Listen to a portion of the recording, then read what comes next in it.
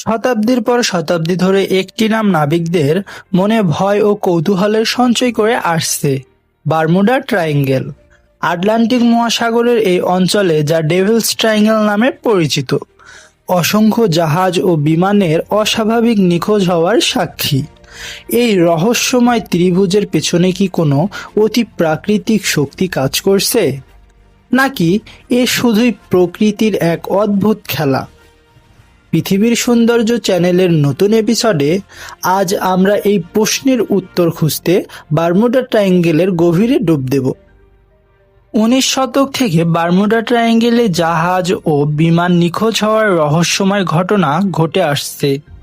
1918 সালে USS Cyclops নামের একটি বিশাল মালবাহী জাহাজ 309 জন সৈন্যসহ বিনা চিহ্নে অন্তর্ধান হয়ে যায়।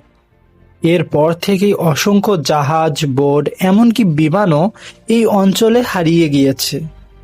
কোনো জরুরি সংকেত নেই, কোনো ধ্বংসাবশেষ নেই, শুধুই রহস্য ও প্রশ্ন। এই রহস্যের ব্যাখ্যা দিতে গিয়ে বিভিন্ন তথ্য উঠে আসে।